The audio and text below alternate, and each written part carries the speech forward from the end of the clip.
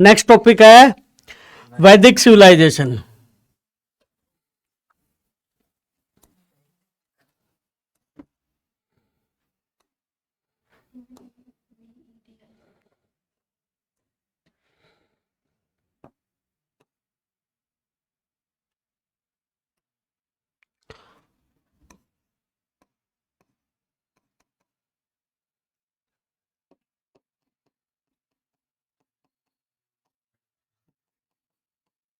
वैदिक सिविलाइजेशन यानी वैदिक सभ्यता। ऐसी प्यारी प्यारी बातें बताऊंगा आपको, आज के बाद आप लोग वैदिक धर्म को जान जाओगे और पाखंड से मुक्त हो जाओगे। जो ये कहो ना मेरा में माता आ गई, मेरा में पीर आ गया, मन रात न धोला कपड़िया दिखा, सब मुक्त हो जाओगे। जैसे आप बोल रहे थे रात न मन पजेबा की आवाज आवे है, ये सुनना बंद हो जाएगी। राइट, देखो साइलेंट होके टॉपिक की ओर ध्यान दो। टॉपिक ऐसा समझाऊंगा कभी नहीं भूल पाओगे इतिहास को। बेटा वैदिक सभ्यता, दो ही शब्द लिखे मैंने आपके। हाँ जी, आपका क्या हो गया? सर वो दिख गया। वो सर देख रहे थे उसकी साइड से लिखेंगे लिखने के लिए सर उसका सर। मैं ठीक हूं। वैदिक सभ्यता, दो शब्द लिखे। वैदिक शब्द आया जी वेदों से,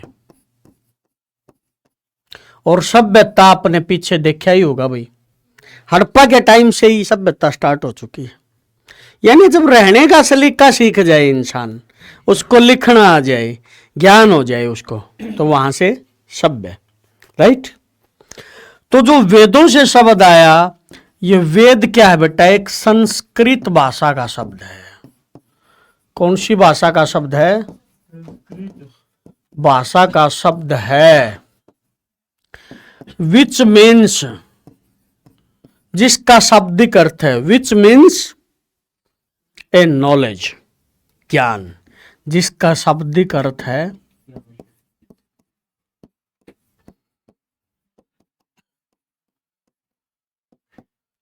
क्या है भाई? जिसका शाब्दिक अर्थ क्या है? ज्ञान।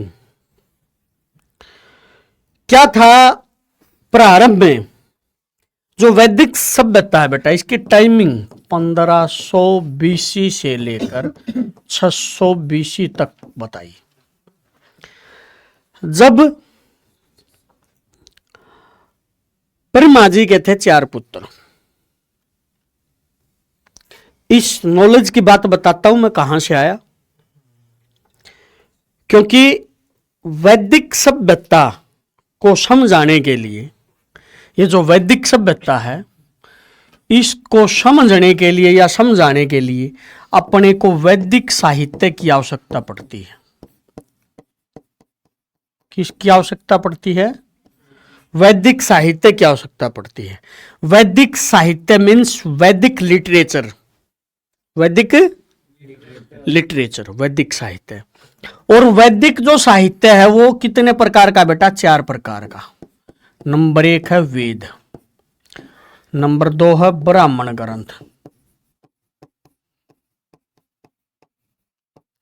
और नंबर 3 है आरण्यक, और नंबर 4 है भाई उपनिषद।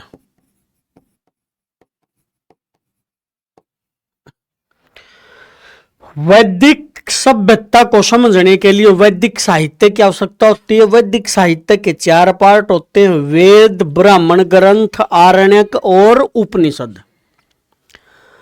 यह जो वैदिक साहित्य है बेटा, इसको श्रुति साहित्य के नाम से भी जाना जाता है। इसको बेटा अपौरुष साहित्य के नाम से भी जाना जाता है।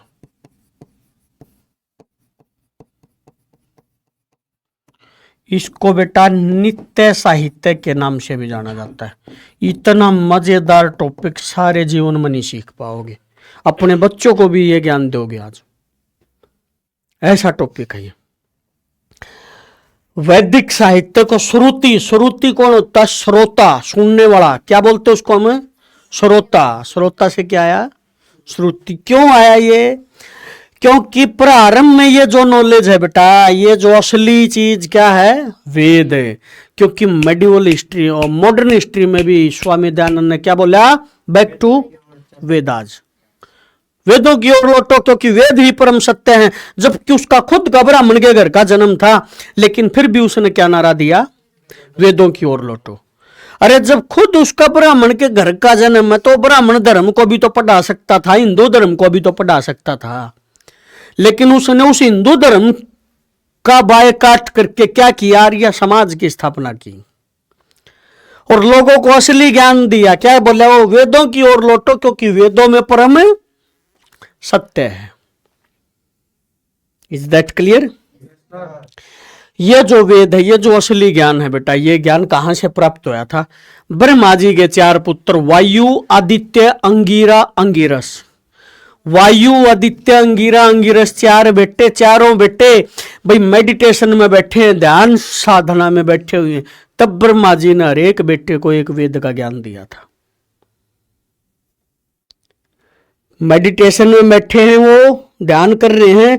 उन लोगों का दिमाग हमारे से ज्यादा तेज है। आज हम जितने मानव बैठे हैं बेटा, सभी सुनना, जितने भी आज हम मानव बैठे हैं, हमारा जो दिमाग को मापने का एक पैमाना होता है, उस पैमाने को बोलते हैं CCM, cubic centimetre. Cubic centimetre एक पैमाना होता दिमाग को मापने का। आज हमारा पैमाना है 1450 से लेकर 1800 CCM का माइंड है हम लोगों के पास। किंतु हमारे जो ऋषि पूर्वज थे, हमारे जो ऋषि मुनि थे, जो ब्रह्मा जी के 4 बेटे थे, जो गुरुकुल में शिक्षा दिया करते, उनके पास 2150 CCM का माइंड होता था। कितने CCM का बेटा? 2150 CCM का माइंड होता था। हमारे से तेज दिमाग होता था।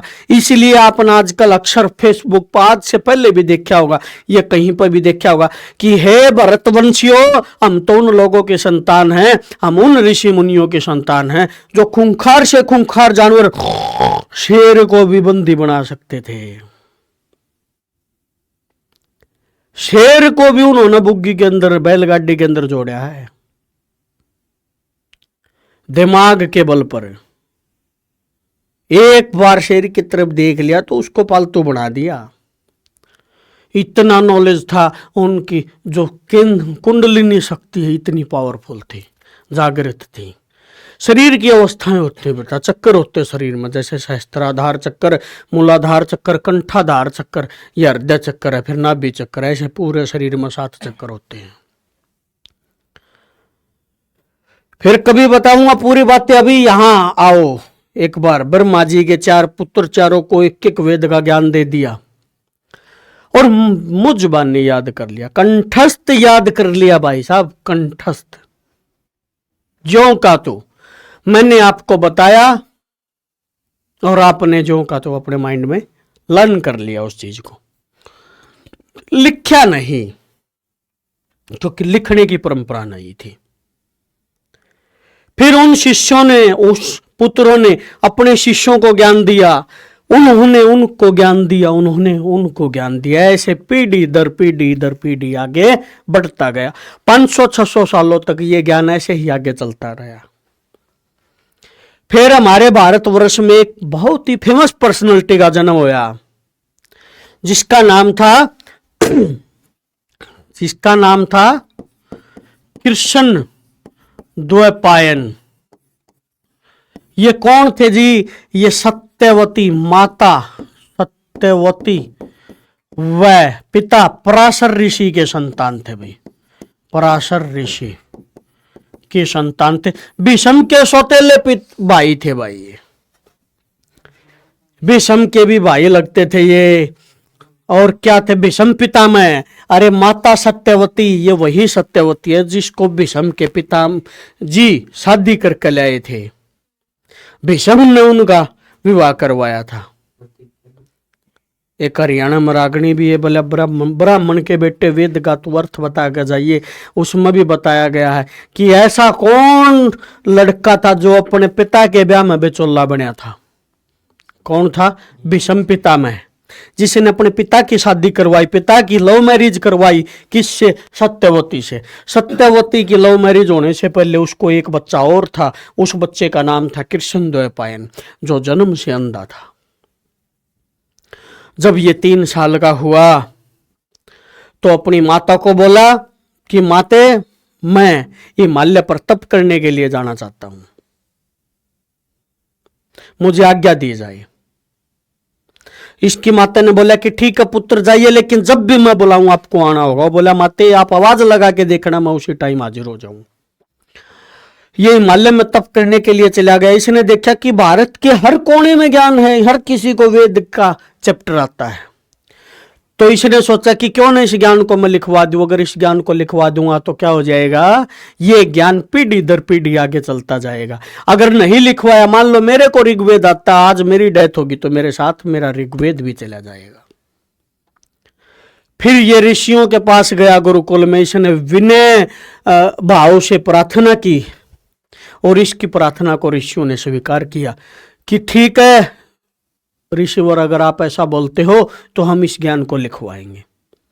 ऋषियों ने अपने शिष्यों को आदेश दिया कि पुत्र जिस जिसको जो जो चैप्टर आता हो लिख के दिखाओ। अब लिखना कैसे था? लिखने के लिए लैंग्वेज चुनी गई कौन सी? प्री संस्कृत, प्राक संस्कृत। मटेरियल चुना गया कौन सा मटेरियल? बुर्ज वृक्ष के पेड़, भुर्ज व ताड़ वृक्ष के पत्ते।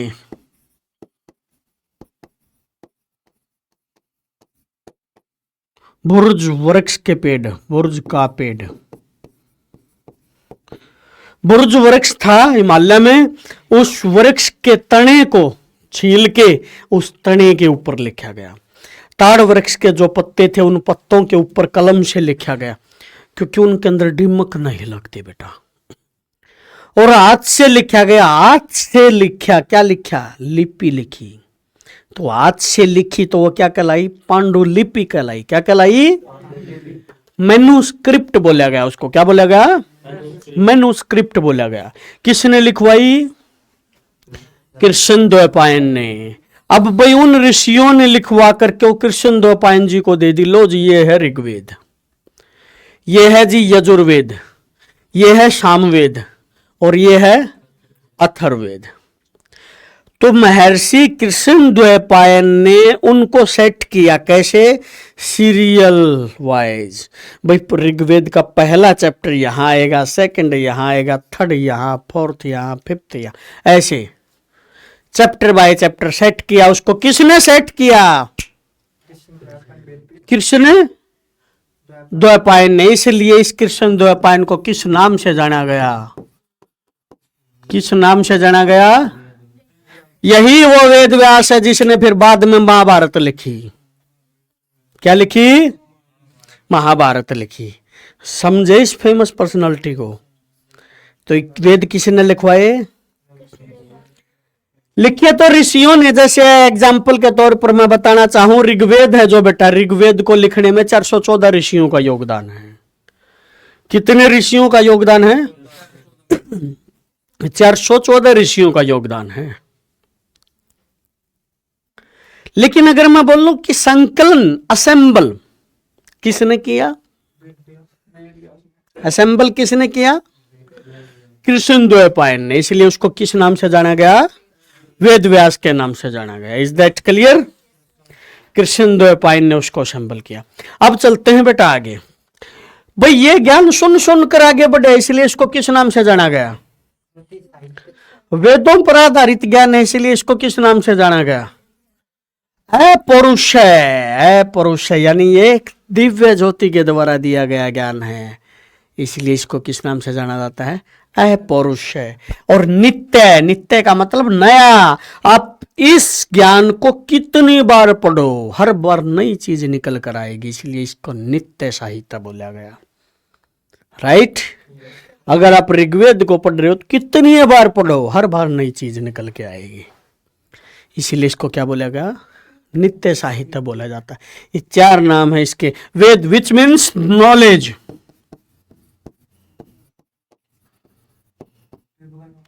वेद विच मीन्स नॉलेज।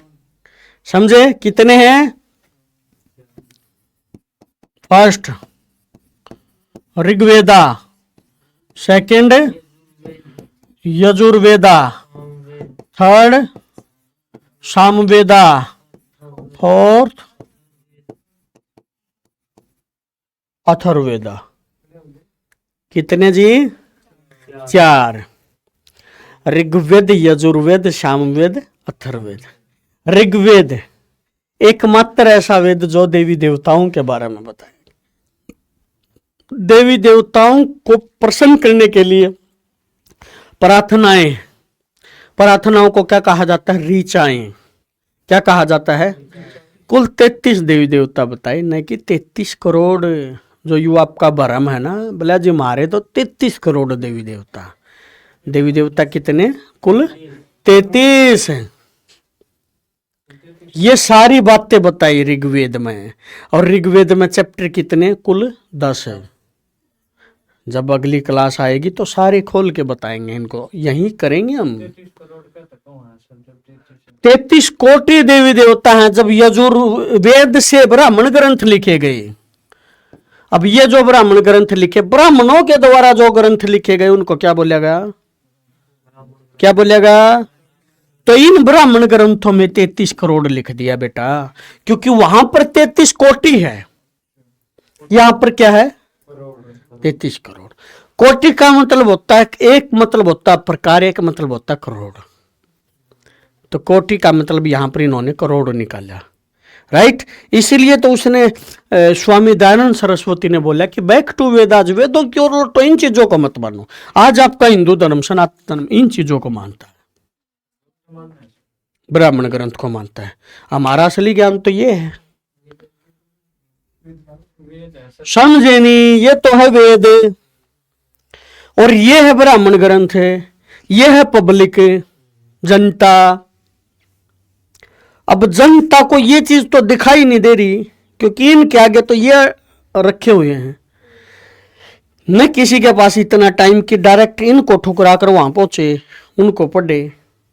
अब इनके अंदर तो वो ज्ञान है ना जो इन ब्राह्मणों ने यहां से लिख दिया। असली ज्ञान तो ये है जो दिव्य ज्योति है।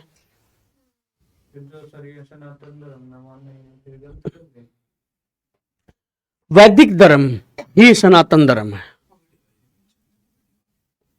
हमारा हिंदू क्या है? धर्म नहीं है, वो सनातन, सनातनी है। हम सदा से ही हैं। हड़प्पा सभ्यता के टाइम भी शिवलिंग की पूजा हुई है, पशुपति शिव की पूजा होती है, सूर्य की पूजा होती है, नाग की पूजा होती है, पीपल की पूजा होती है, बबूल की पूजा होती है, कुबड़ वाले सांड की पूजा होती है। तो बेटा क्या है? वेद ही परम सत्य है। ऋग्वेद देवी देवताओं से संबंधित, यजुर्वेद, यजु का मतलब यज्ञ, वेद का मतलब ज्ञान, यज्ञ का ज्ञान क्या कहलाया? यजुर्वेद। यानी इसमें हवन, यज्ञ, बलि प्रथा आदि के बारे में बताया गया। जैसे आपने देखा होगा भाई, एक कर्म कांड होता है, एक होता आडंबर, एक होता कर्म कांड। आडंबर और कर्म कांड में फर्क है। घर पाप हवन करने के लिए पंडित जी को बुलाना, पंडित जी आएगा, ऐसे वेदिका बनाएगा, ऐसे वेदिका बनाएगा, बोलेगा जी ये राहु बैठ गया, ये केतु बैठ गया, ये सूर्य बैठ गया, ये बृहस्पति बैठ गया, ये चंद्रमा बैठ गया, ये रिद्धि बैठ गई, ये सिद्धि बैठ गई। बोलेगा या नहीं बोलेगा? ये कर्म कांड है बेटा। कई बार अपना आडंबर देखा होगा। आडंबर क्या होता है? आडंबर देखा होगा, मैं कहूंगा बेटा राठी तेरी जॉब लग जाएगी, रात के ठीक 12 बजे एक मटका लेना, उसके अंदर सिंदूर, बढ़िया वाले लिपस्टिक की डिब्बी, एक बढ़िया वाली बोतल स्कॉच की, और एक सेंट की डिब्बी, परफ्यूम की डिब्बी, और एक कमांडर की सिगरेट, साथ में एक मसाला। ये चौराहे पर रख कर आना है, और रखने के बाद वापस नहीं देखना। चाहे फिर उसको पवन सर उठाएं, और चाहे फिर उसको अपने राठी सर उठाएं, कोई भी उठाए, ठीक, लेकिन आपने पीछे मुड़कर नहीं देखना। वो क्या है? वो क्या है, आडंबर है वो आडंबर होता है। फिर है सामवेद। शाम का मतलब गाना, गाया जा सकने वाला। वेद का मतलब ज्ञान, ऐसा ज्ञान जिसको गाया जाए, वो होता है सामवेद। ये भारतीय संगीत की प्रथम पुस्तक है, first Indian musical book in the world, Samaveda. यो जल्दी काम करे सर, जो आपने बताया टोटके वाला। कोई ऐसा काम नहीं करता भाई, काम तो कर्म करता है। फिर बदले भी तो जहाँ कर्म गीता, बदले नहीं हाँ तो कर्म, कर्म ही तो प्रदान होया ना, कर्म से ही तो भविष्य चेंज होया। गीता में भी कहा गया मैं कर्म प्रदान, आज मैं अच्छे कर्म करूंगा तो अच्छा भविष्य होगा मेरा। अगर अब मेरी इच्छा तो राजा बनने की है, और लेकिन मैं चोरी डकैती लूट फिरौती अपहरण ये काम कर रहा हूँ, राजा थोड़ा बनूंगा। नेक्स्ट है जी अथर्ववेद। ये है वो आपका अथर्ववेद, सबसे लोकप्रिय वेद। जैसे आपको ये बातें प्रिय लगती है, ऐसे लोगों को प्रिय लगती है। नहीं, लोगों को क्या प्रिय लगता है, लोगों को ये प्रिय लगता है, मैंने बोल दिया बेटा ऐसा हाथ के ऊपर 897 लिख लेना, बहुत पैसा आएगा, अथा पैसा है। लेकिन लिखना हरे पेन से, रात के ठीक 11:11 पर 11 सेकंड भी सर। ये ब्रह्मांड ठहर जाता है, शून्य हो जाता है। उस टाइम एक काम करना, एक पेन उठाकर अपनी मनोकामना लिखना, और कुल 11 बार ओम अंतिरक्षाय नमः बोलना है, आपकी मनोकामना पूर्ण हो जाएगी। आपको ये बातें अच्छी लगेंगी। ये अथर्ववेद है। यानी अथर्ववेद में क्या, जादू टोना तंत्र मंत्र भूत प्रेत पिशाच आदि प्रेत आत्माओं को भगाने के लिए 5987 मंत्र दिए गए हैं अथर्ववेद में। 5987 मंत्र। आपने की ऐड देखा होगा या रेल में जाते हुए पर्चे पर ऐड लिखी देखी होगी। हाँ जी शांत, देखा होगा भाई, ऐड भी आती होंगी।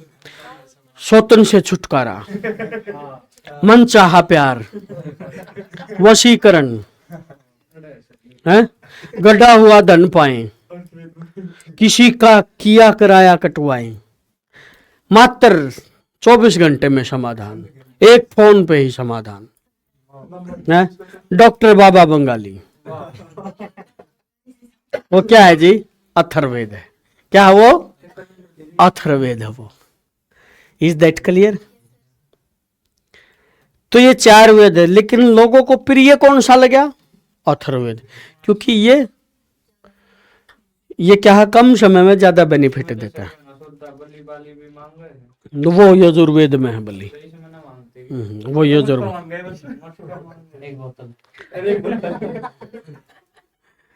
अथर्ववेद में तो जादू टोना है, तंत्र मंत्र। देखा होगा अपन नाटकों में या फिल्मों, काली गुडिया कपड़े की, उसके ऊपर व्हाइट व्हाइट।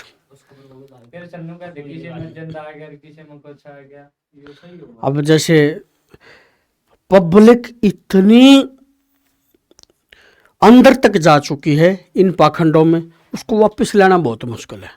आप एक काम करना, जब भी घर जाओ, घर से एक मुट्ठी आटा ले लेना और अपने पड़ोसी के दरवाजे के बाहर ऐसे 3 लाइन खींच, सुबह फिर उसका रिजल्ट देखना, ठीक है ना। कितना पाखंड है, होना उससे कुछ नहीं, लेकिन वो इतने भयभीत हो जाएंगे, आपके घर आएंगे जूत बजाने के लिए। तो बेटा ये है वैदिक सिविलाइजेशन। यहां तक समझ में आया। वैदिक सिविलाइजेशन, जो वैदिक सभ्यता थी, उसके अंदर जो लोग थे उनको आर्य कहा जाता। क्या कहा जाता है, आर्य। आर्य जो वर्ड ऑफ संस्कृत है, एक संस्कृत भाषा का शब्द है, विच मीन्स कुलीन, श्रेष्ठ, साधु, संत, महात्मा, अभिजात्य। यानी कोई भी जेन्युइन पर्सन वो क्या है, आर्य है। एक जेन्युइन पर्सन वो क्या है, आर्य। आर्य एक ऐसा शब्द है जिसको ऋग्वेद में 36 बार यूज किया गया। कितनी बार है, 36 बार, 36 टाइम। ये बात किसने बताई, ये बात मैक्स मुलर एक महोदय थे, 1853 विद एविडेंस। 1853 में उन्होंने ये बात दुनिया को बताई, भाई यार ये एक ऐसा शब्द है जिसको ऋग्वेद में 36 बार लिखा गया, और जिसका अर्थ होता है साधु, संत, महात्मा, अभिजात्य, ये अलग है, सर ये चीज बता दीजिए कोई भी पर्सन। सर, जैसे वेद से ब्राह्मण ग्रंथ लिखे, लेकिन आरण्यक और उपनिषद सच है। ब्राह्मण ग्रंथ से फिर आरण्यक लिखे गए, फिर इनका निचोड़ उपनिषद आया। इसको ऐसे समझो भाई, देखो ध्यान से, ये है GNCERT की बुक, समझने का तरीका। ये अपने जब पहले पढ़ते थे हम, MBD और दीपक की गाइड आती थी, MBD और दीपक की गाइड है ये है फिर अपने स्टूडेंट ID के गैस पेपर आते हैं ना, भी गैस पेपर, और ये है फिर आपकी जीरोक्स कॉपी जो पेपर के टाइम लेकर बैठते थे आप लोग हैं। इनके अंदर इतना था नॉलेज, 108 है इनकी संख्या। हमारे देश में एक व्यक्ति का जन्म हुआ था जिनका नाम था शंकराचार्य, मात्र 10 पढ़े थे। कितने पढ़े थे कुल? 10 पढ़े थे। 10 पढ़ने के बाद पूरी दुनिया उनको जगत गुरु शंकराचार्य के नाम से जाने लगी। आदि गुरु शंकराचार्य, इतना था नॉलेज। और भारत की 4 दिशाओं में 4 धाम स्थापित कर दिए थे उस व्यक्ति ने। शंकर बद्रीनाथ, केदारनाथ है, जगन्नाथपुरी ये। तो भाई ऐसा है। एक बार यहां से रीड करके मेरे को ये बताओ बेटा, कौन सी बात समझ नहीं आई आपको? ना भाई बताओ ऐसे नहीं। अब तो आगे फिर मैं पूछूंगा, फिर गायब हो जाएंगे आपके दिमाग से।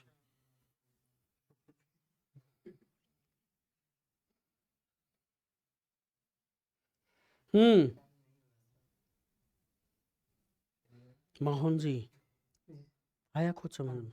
क्या जादू टोना?